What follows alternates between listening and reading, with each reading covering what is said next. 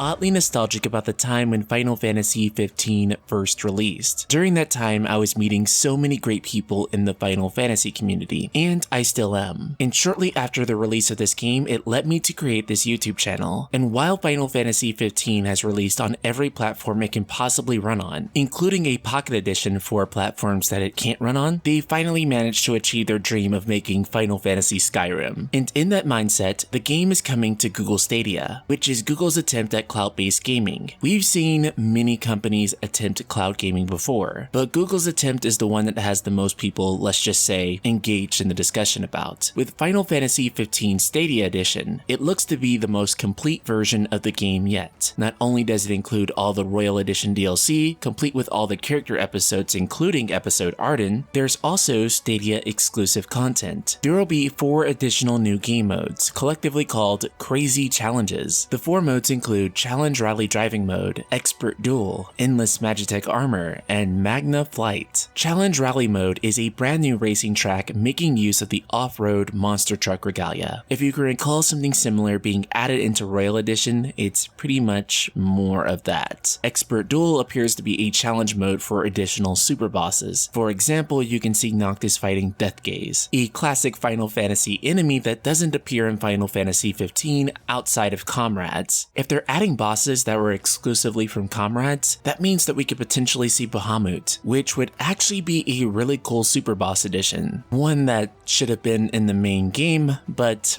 I digress. The Endless Magitek Armor allows, well, you to use Magitek Armor endlessly. Normally the game has a 30-minute timer on this, but now Final Fantasy XV Stadia Edition will just allow you to use it forever, with your invulnerability never wearing off. Magna Flight is this strange minigame where you can pick up cars and other things magnetically. You then have to drop them off at a target. Yeah, I don't really get it either, but it is a new minigame. But again, these 4 new features will all be coming exclusively to Google Stadia. And if you want to pick up Final Fantasy XV again for the streaming platform, it will run you $40 as a regular user and $30 as a Google Stadia Pro member. But of course, you'll have to have purchased a Google Stadia Founders Edition to be able to do that, which currently runs at 130 United States dollars. That is until the platform becomes publicly available for everyone to use. Though if you really want to stream Final Fantasy XV or most any game, there's a significantly better and cheaper way of doing it if you play on PC or PS4. If you're on a PS4, simply using the Remote Play app and having your PS4 connected via the Ethernet cable will allow you to play games on your iPhone, Android devices, PC, or Mac. And if you have a PS4 Pro, this works at a very stable 1080p 60 frames per second, at least in my testing. I was also able to play on public Wi-Fi, finding that the game was fully playable just using my gym's Wi-Fi. If you're on PC, you can use the Steam Link app,